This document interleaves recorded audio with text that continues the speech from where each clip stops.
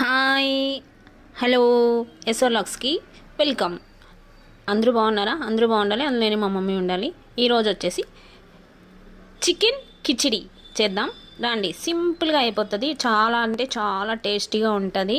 ఒక మాటలో చెప్పాలి అంటే ఇలా స్పూన్తో తీసుకొని అలా నోట్లో వేసుకుంటే అలా మెల్లగా వెళ్ళిపోతుంది, అట్లా సర్రమని, అంత బాగుంటుంది. ఇప్పుడు రెసిపీకి ఏమేం కావాలో చెప్పేస్తాను. ముందుగా హాఫ్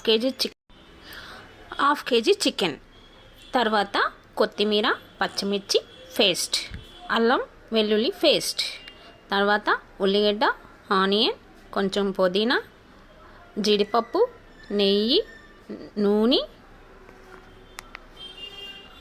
కొంచెం జీడిపప్పు. ఇప్పుడు మనం బాండిని పెట్టుకొని ఆనియన్స్, టమాటాలు, ఉల్లిగడ్డ, అల్లం వెల్లుల్లి పేస్ట్ ఇవన్నీ వేసి వేపుకోవాలండి. నెక్స్ట్ వచ్చేసి మనం బియ్యం, ఏ బియ్యం అయినా పర్వాలేదు,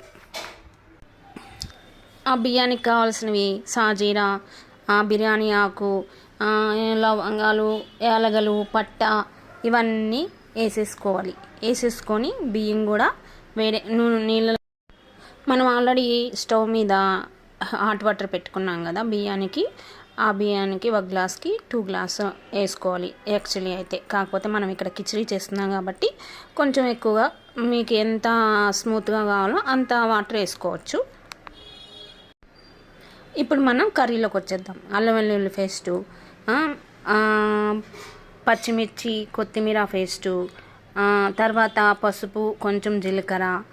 నెక్స్ట్ ఇవన్నీ బాగా వాడాలండి, వాడితేనే మంచిగా ఆ స్మెల్ అంతా, పచ్చి స్మెల్ అంతా పోయేదాకా వేపుకోవాలి. వేపుకుంటే తర్వాత చూడండి మంచిగా అలా రావాలి. అలా వచ్చిన తర్వాత ఇప్పుడు మనం చికెన్ వేసుకోవాలి.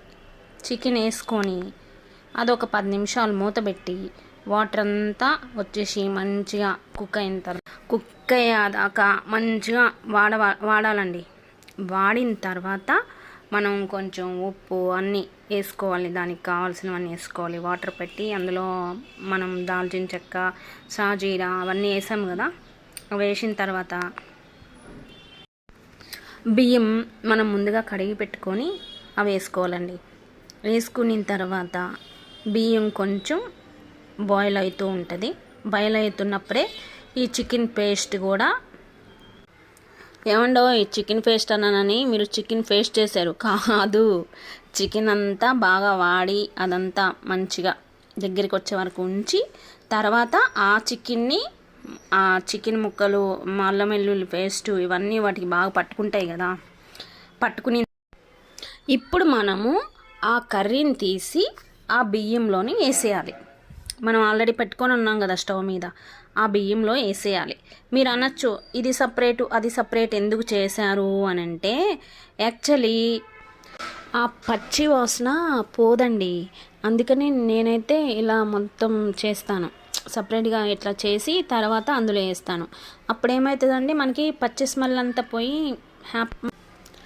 అప్పుడు చికెను దాంట్లో వేసి దాన్ని మంచిగా కలిపి తర్వాత దాని మీద మూత పెట్టేయాలి. మూత పెట్టేసిన తర్వాత మీకు ఎంత సాఫ్ట్గా, ఎంత కిచిడి అంటే ఏదైనా మెత్తగానే ఉండాలి, ఎవరైనా అదే ఆలోచిస్తారు.